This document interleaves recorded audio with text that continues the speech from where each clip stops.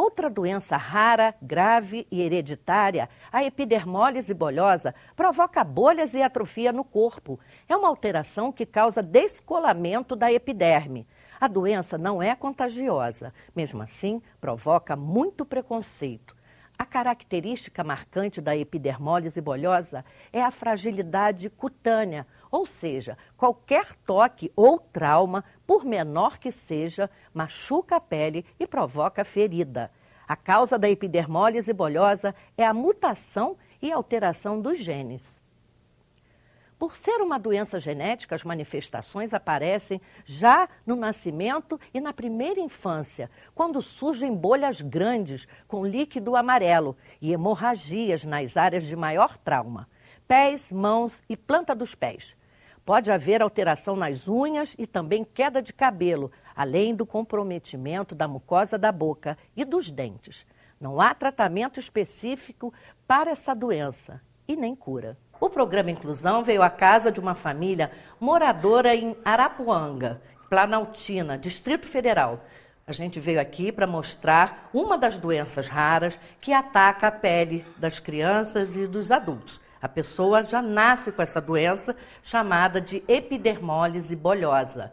Esse aqui, um dos moradores dessa casa que tem a epidermólise, é o Daniel, com 12 anos.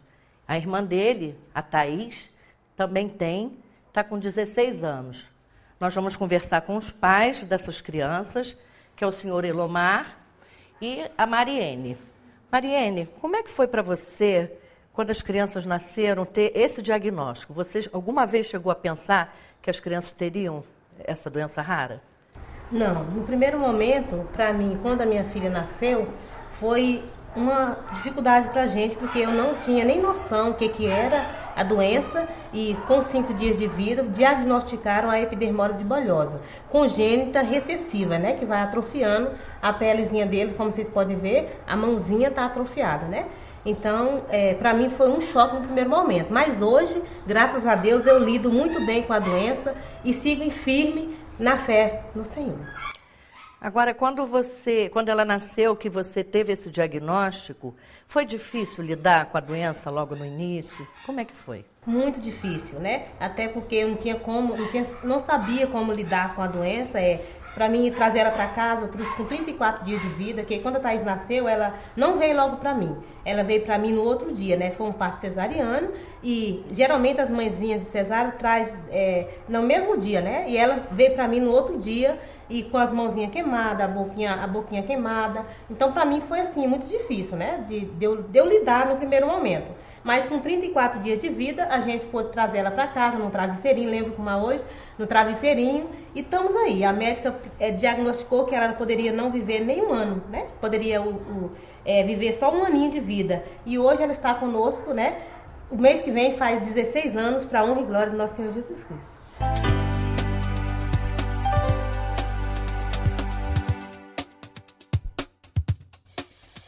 Com muito amor e carinho que os pais Mariene e Ilomar dedicam as horas do dia aos 2 filhos. Thaís e Daniel têm uma doença rara. Até o nome é complicado. Epidermólise bulhosa distrófica recessiva, de origem genética. Uma doença rara que torna a pele tão frágil que rasga ao menor movimento do paciente, provoca bolhas e feridas. Os órgãos e ossos também são lesionados. A epidermólise bulhosa é outra doença genética, ela tem vários tipos, tem mais de 8 tipos diferentes de epidermólise bulhosa, variantes, na verdade, pelas mutações gênicas, né?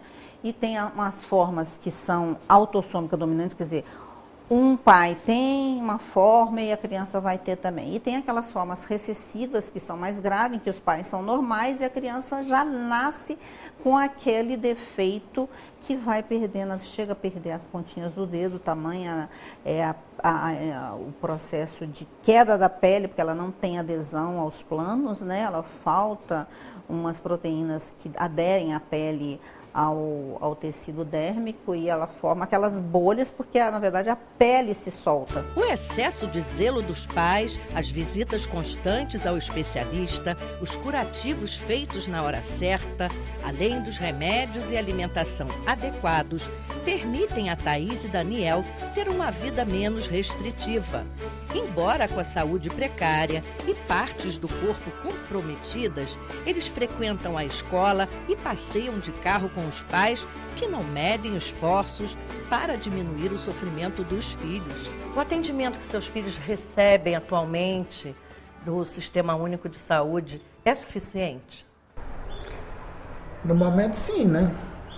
Eles estão recebendo, a gente pega os curativos em 2 hospitais, né? Pega aqui, pega lá no HUB, então está sendo suficiente, sim. Eles vão mensalmente, como é que é a ida deles, a consulta deles no hospital? Agora eles estão indo a cada 3 meses, né? De 3 em 3 meses tem que levar eles no hospital. E o senhor quem leva ou eles vêm buscar? É eu. Aqui tudo é eu. A parte mais delicada do dia a dia de mim com meus filhos são a higiene pessoal, né? O banho. Porque o banho, eu preciso trocar todos os curativos, né? Então essa é uma das partes assim, que mais me deixa o coraçãozinho apertado, mas sempre cuidando deles com amor para que vencer a dor do banho, né? Thaís é mais velha e tem a saúde mais comprometida que Daniel. Ela precisa da cadeira de rodas motorizada para se locomover sozinha. Essa cadeira veio assim como um presente de Deus, né? Porque a Thaís faz as atividades, inclusive faz as atividades físicas, né? Vai e vem, até pega a roupa do varal para a mamãe quando precisa. E essa cadeira foi realmente muito boa. Foi as pernas da Thaís. Foi um presente mesmo maravilhoso que chegou pra gente. Vocês compraram? Não, a gente ganhou essa cadeira através, inclusive, da matéria que a gente fez para a TV Senado, né, há 2 anos atrás, e o governo nos contemplou com essa grande alegria, né, que o governo contemplou 20 cadeiras e a Thaís estava incluída nas 20 cadeiras. A Thaís tem bastante sequela, ela tem uma epidermólise bolhosa que a gente chama de distrófica, é uma das formas mais severas da doença. Ela vem sendo bem cuidada pela mãe, na medida do possível, né. Infelizmente, há algumas famílias que têm uma necessidade maior, né, de ajuda do que outras. Acho que a família da Thaís entra nesses casos específicos. E é a evolução da doença, né? É normal, essas crianças elas costumam ser mais tímidas, mais retraídas, acho que pelo próprio aspecto que elas apresentam, né? Então, acho que isso faz parte esse psicológico faz parte da dificuldade que elas vêm enfrentando ao longo da vida, uma vez que são vencedores, né? Chegar onde eles estão chegando já é uma vitória. No ano passado, ao completar 15 anos, Thaís viu realizado o sonho que acalentava desde menina, ter uma festa de debutante.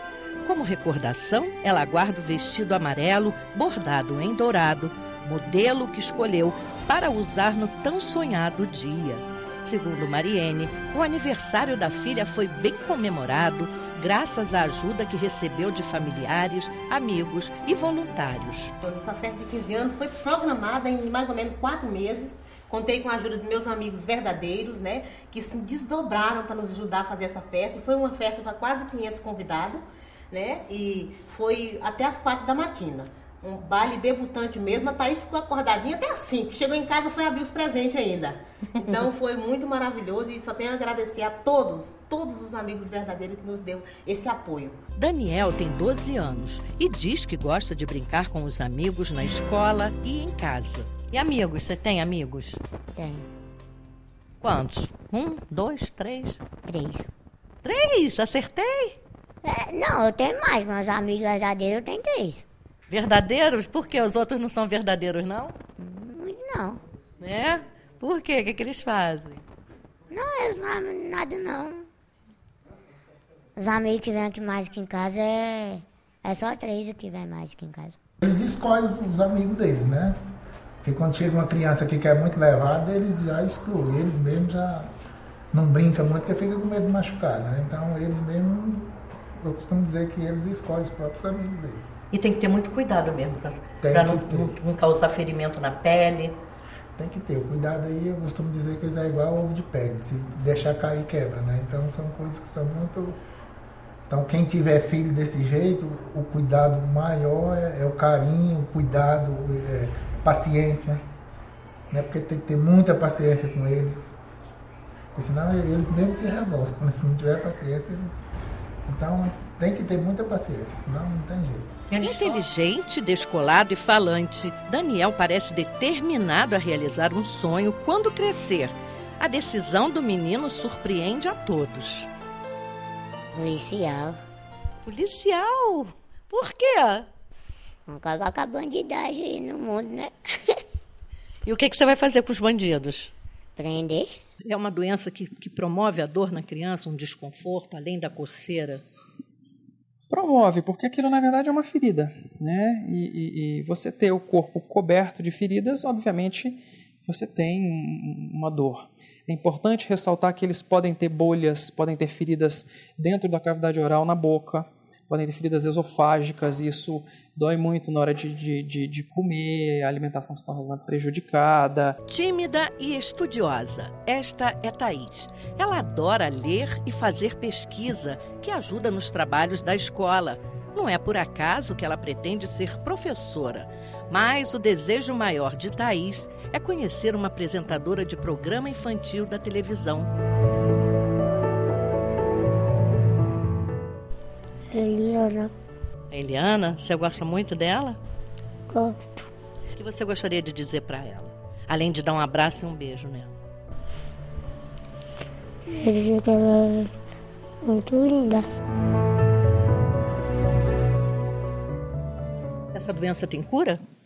Não. Essa doença, na nossa parte médica, o que a gente faz é um tratamento de apoio. Tá? Não há uma medicação que trate. Então, por ser uma desordem genética, só haverá uma cura quando a medicina genética estiver desenvolvida a ponto de conseguir regular o gene causador dessa doença. Então, o que nós fazemos é um tratamento de suporte.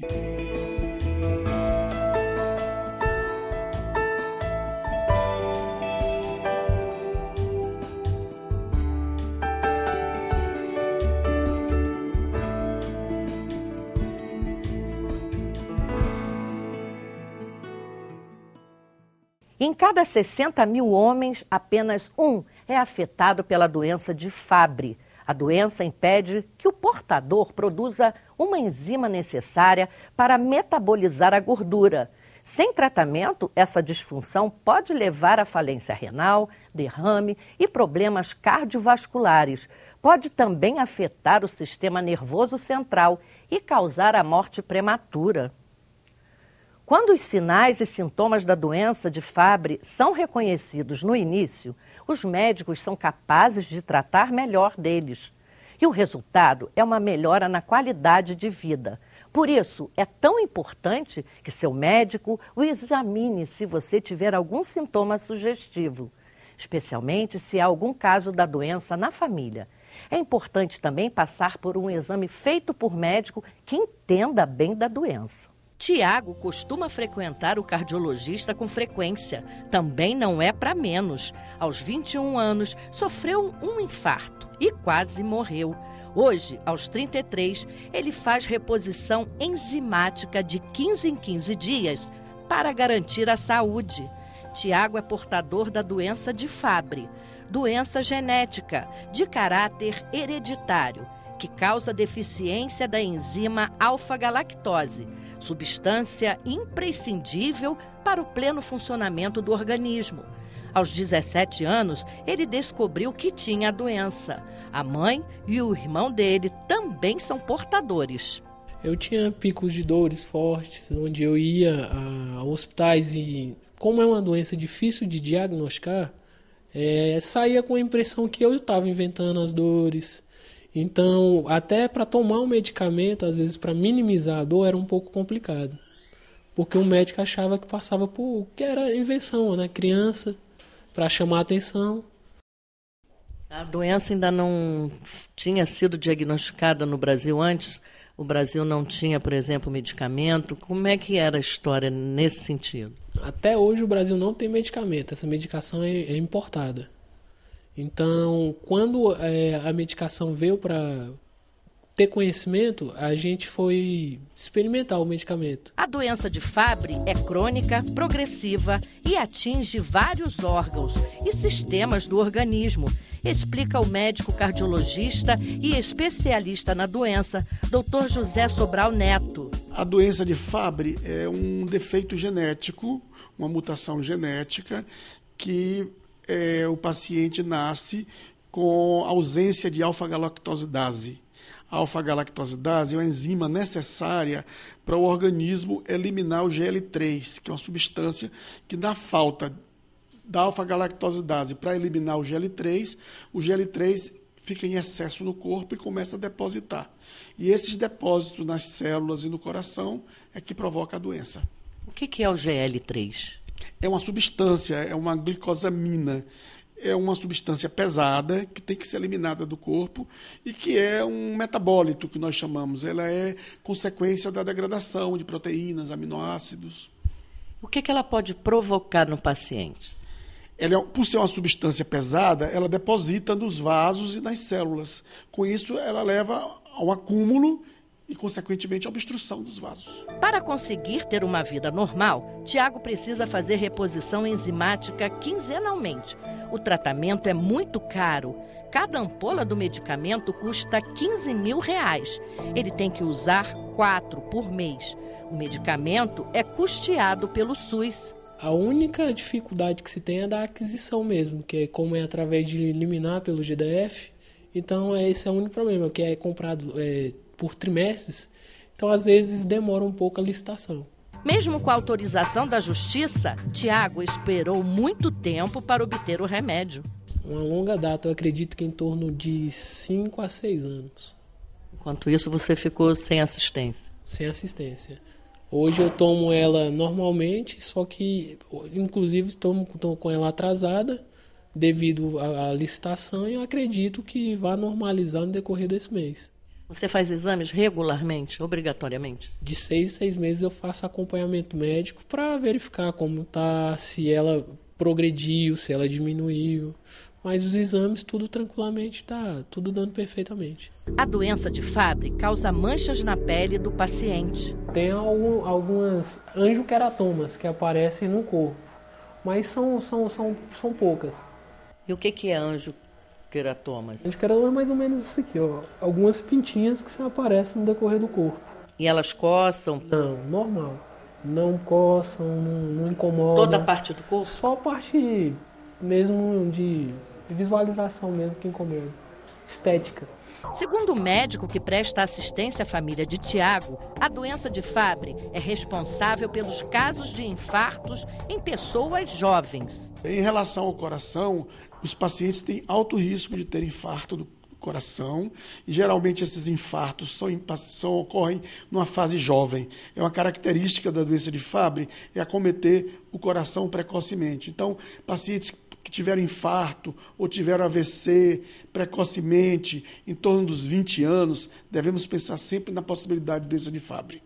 Mas compromete também o rim e o cérebro através de AVC ou depósito na massa cefálica. No coração, a principal manifestação é a hipertrofia do coração. Nós sabemos que até 10% das hipertrofias no coração são consequências da doença de Fabry. Então, o que nós precisamos é pensar na doença todas as vezes que estamos diante de uma hipertrofia cardíaca. O que a hipertrofia causa? O que ela faz no coração? A hipertrofia ocorre aumentando a espessura das paredes do coração e diminuindo a cavidade, de maneira que a quantidade de sangue que entra no ventrículo é restrita. E isso gera consequências graves para o paciente. O coração fica grande, cresce de tamanho. Cresce de tamanho por aumento do músculo e restrição da cavidade. A cavidade começa a ficar menor. Então, ela abriga menos volume de sangue. O paciente pode morrer. Morre em consequência da falta de circulação. Então, muita gente que já até morreu com o coração grande era a doença de Fabry. Sim, com certeza. Muitos morrem de doença de Fabry sem ter conhecimento do diagnóstico definitivo da sua doença. Segundo o cardiologista, embora incurável, a doença de Fabry é controlável. A terapia de reposição enzimática é para o resto da vida. O tratamento não pode ser interrompido. Realmente trata-se de uma terapia cara, porque envolve conhecimentos de engenharia genética e o método de produção ainda é em quantidades pequenas, que não permite ainda um barateamento do custo de produção.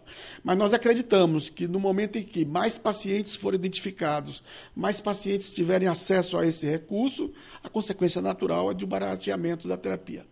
Preocupado com o número de brasileiros que sofrem de doenças raras, o senador Eduardo Suplicy, do PT de São Paulo, apresentou um projeto que cria o Fundo Nacional de Pesquisa para Doenças Raras e Negligenciadas.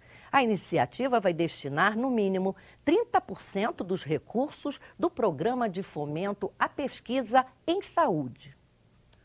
A proposta vai assegurar ainda mais recursos para o desenvolvimento tecnológico de medicamentos, produtos para a saúde e vacinas. O projeto já foi aprovado no Senado. Agora, aguarda a votação na Câmara dos Deputados.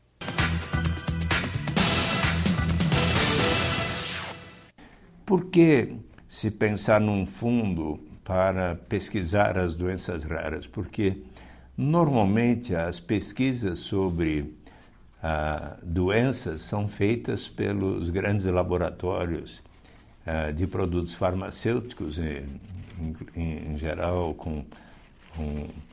são grandes empresas, por vezes internacionais, e que nos diversos países do mundo realizam pesquisas, e inclusive de produção e invenção de remédios, mas normalmente voltados para aquelas doenças mais comuns, e aquelas que são raras muitas vezes são negligenciadas no que diz respeito às pesquisas e formas de tratamento. A elaboração de políticas públicas para pacientes de doenças raras foi tema de uma audiência pública na Comissão de Seguridade Social e Família da Câmara dos Deputados.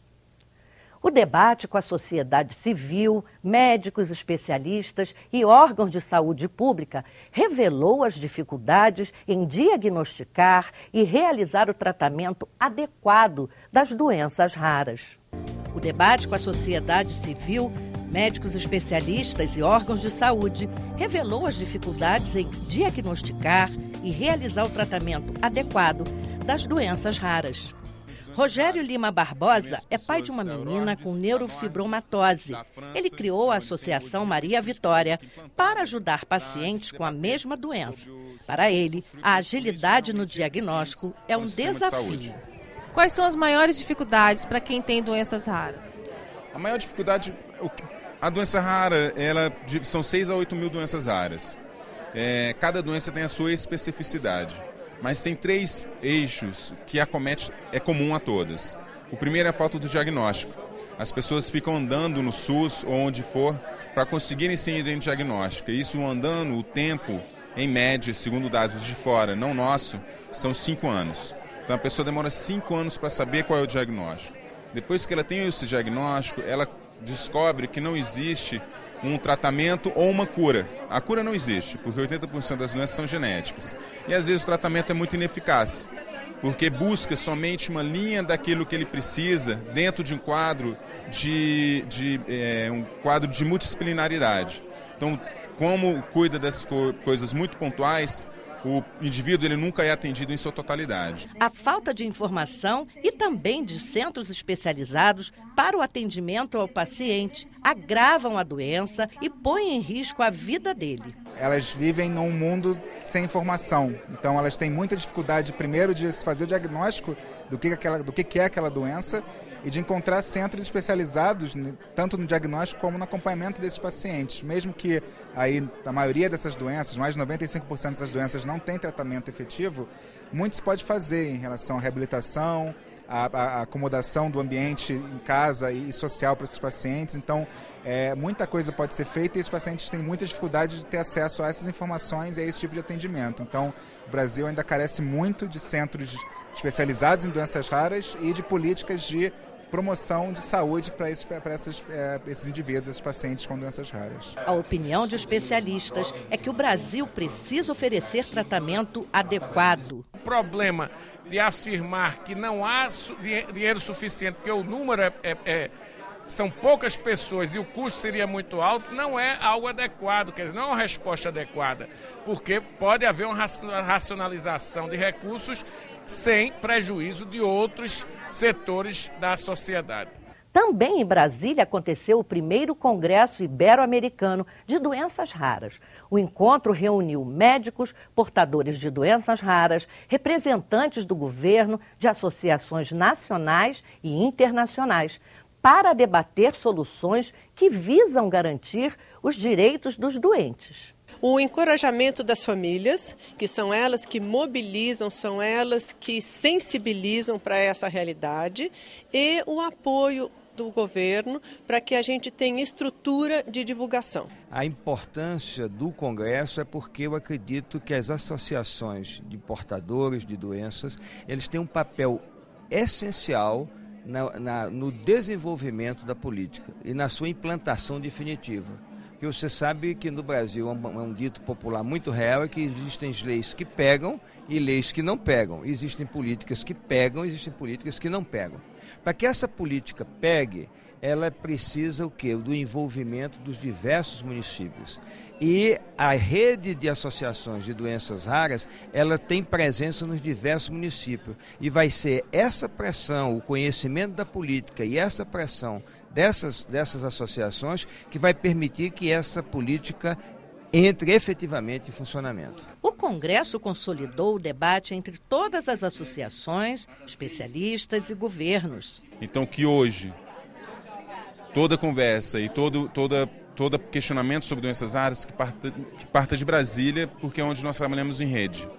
E isso é um fomento ao próprio governo para mudar. Então é uma mudança que vem da base, dos pacientes que chegam nas associações, que agora chegam na universidade e tenta levar para o Ministério da Saúde uma proposta realmente de geração de informação. Nós, como representantes da vigilância sanitária por parte do governo, para nós é extremamente gratificante poder contribuir e também, ao assistir aqui, eu estou fazendo um levantamento de que campos existe área para que a vigilância sanitária venha a focar uma atenção maior dentro daquilo que está no seu trabalho para poder trazer para essa comunidade, para as famílias, para o nosso país e, quem sabe, para o mundo, né?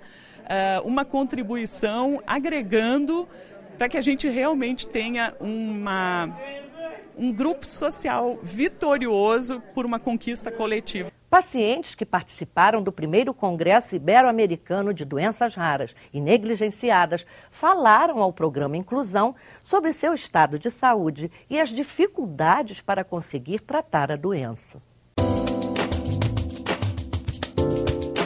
A hipertensão arterial pulmonar de Yara foi tratada como asma durante 8 anos. Quais são os sintomas da sua doença? É falta de ar, cansaço aos esforços, agora os mínimos esforços. Antigamente eram os grandes esforços, subir escada, né? Às vezes o paciente tem dificuldade para tomar banho sozinho, andar, correr, nem pensar. Então você sente uma dor no peito, né? E fica, às vezes, com os lábios roxos, né?